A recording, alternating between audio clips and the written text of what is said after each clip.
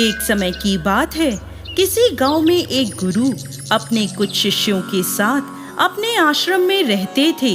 उनके सभी शिष्य बारी बारी गांव में भिक्षा लेने जाते थे। एक दिन उनका एक शिष्य भोला भिक्षा लेने के लिए गांव में गया और घर घर भिक्षा की मांग करने लगा। गांव में उसने भिक्षा के लिए एक दरवाजा खटखटाया तो अंदर से बड़ी बड़ी दाढ़ी वाला एक तांत्रिक बाहर आया और बोला, ये कौन है जो मेरे दरवाजे पर किसी और का गुणगान कर रहा है। तब भोला बोला, मेरे गुरुजी महाराज सर्व सामर्थ्य हैं।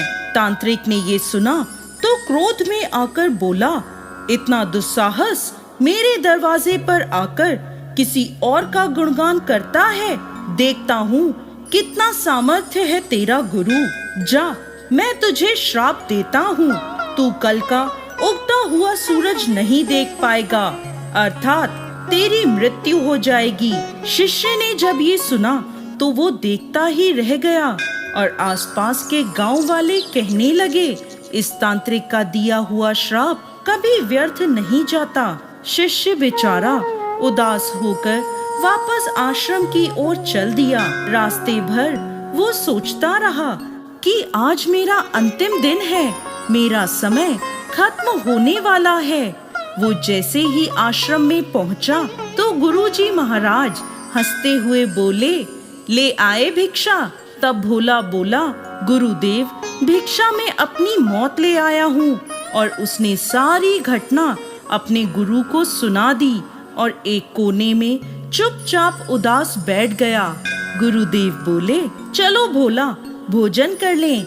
भोला बोला, गुरुदेव, यहाँ मेरे प्राण सूख रहे हैं और आप भोजन करने की बात कर रहे हैं। तब गुरुदेव बोले, अरे भोला, अभी तो पूरी रात बाकी है, अभी से चिंता क्यों कर रहे हो। चलो ठीक है, जैसे तुम्हारी इच्छा। ऐसा कहकर गुरुदेव भोजन करने चले गए। फिर सोने का समय हुआ तो गुरुदेव भोला को बुलाकर बोले, भोला, हमारे चरण दबा दो। भोला बेचारा मायूस होकर बोला, जी गुरुदेव, जो भी क्षण मेरे जीवन में शेष बचे हैं, मैं उन्हें आपके चरणों की सेवा कर बिताना चाहता हूँ। फिर वह गुरु के चरण दबाने बैठ गया। गुरुदेव बोले, भोला, चाहे जो भी हो, चरण छोड़कर मत जाना। भोला बोला, गुरुदेव, कहीं नहीं जाऊंगा। गुरुदेव ने अपने शब्दों को 3 बार दोहराया, भोला, चरण छोड़कर कहीं भी मत जाना। ऐसा कहकर गुरुदेव सो गए। भोला पूरी श्रद्धा भाव से चरण दबाने लगा। रात्रि का पहला पहर बीता। तांत्रिक ने अपना श्राप पूरा करने के लिए एक देवी को हाथ में सोने चांदी हीरे मोती से भरा एक पात्र लेकर भेजा।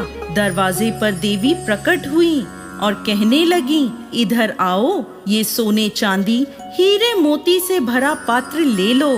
भोला बोला, मुझे लेने में कोई परेशानी नहीं है, लेकिन क्षमा करें, मैं वहाँ आकर नहीं ले सकता। अगर आपको देना है तो यहाँ आकर दे दीजिए। यह सुन वो देवी कहने लगी, नहीं नहीं, तुम्हें ये पात्र यहाँ आकर लेना होगा। देखो कितना सोना चांदी है। भोला बोला, नहीं, अगर देना है तो यहाँ आ जाइए। तांत्रिक का पहला पासा असफल रहा। तांत्रिक ने दूसरा पासा फेंका। रात्रि का दूसरा पहर बीतने को था। भोला गुरु महाराज के चरण दबाने की सेवा कर रहा था। तांत्रिक ने इस बार भोला की माँ का रूप बनाकर भेजा। दरवाजे पर आवाज आई, बेटा, तुम कैसे हो। भोला ने अपनी माँ को देखा तो सोचने लगा, अच्छा हुआ माँ के दर्शन हो गए। मरने से पहले माँ से भी मिल लेता हूँ। वह औरत जो माँ का रूप धारण कर आई थी बोली, बेटा आओ, मेरे गले से लग जाओ, बहुत दिन हुए तुमसे मिले हुए। भोला बोला, क्षमा करना माँ, लेकिन मैं वहाँ नहीं आ सकता, क्योंकि अभी गुरु के चरणों की सेवा कर रहा हूँ। मुझे भी आपके गले लगना है, इसलिए आप यहीं आ जाइए। फिर वह औरत वहां से चली गई।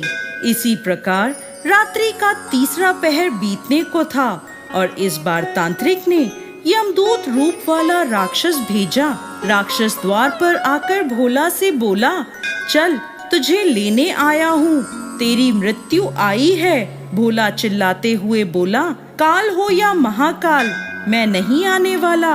अगर मेरी मृत्यु आई है तो यहीं आकर मुझे ले जाओ, लेकिन मैं गुरु के चरण नहीं छोड़ूंगा।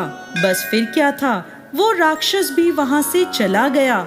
सुबह हुई, सूर्य उदय हुआ। गुरुदेव महाराज नींद से उठे और बोले, सुबह हो गई। भोला बोला, गुरुदेव सुबह तो हो गई। गुरुदेव ने कहा, अरे तुम्हारी तो मृत्यु होने वाली थी, तुमने ही तो कहा था तांत्रिक का श्राप कभी व्यर्थ नहीं जाता, लेकिन तुम तो जीवित हो। भोला सोचते हुए बोला, जी गुरुदेव, लग तो यही रहा है कि मैं जीवित हूँ। फिर उसे सारी रात्रि वाली घटना समझ में आ गई कि गुरुदेव ने क्यों कहा था कि जो भी हो चरण छोड़कर मत जाना। फिर भोला गुरुदेव के चरण पकड़कर रोने लगा और कहने लगा, जिसके सर पर गुरु का हाथ हो उसका काल भी कुछ नहीं कर सकता। गुरु की आज्ञा पर जो शिष्य चलता है उसे तो स्वयं मौत भी आने से एक बार नहीं अनेक बार सोचती है। जय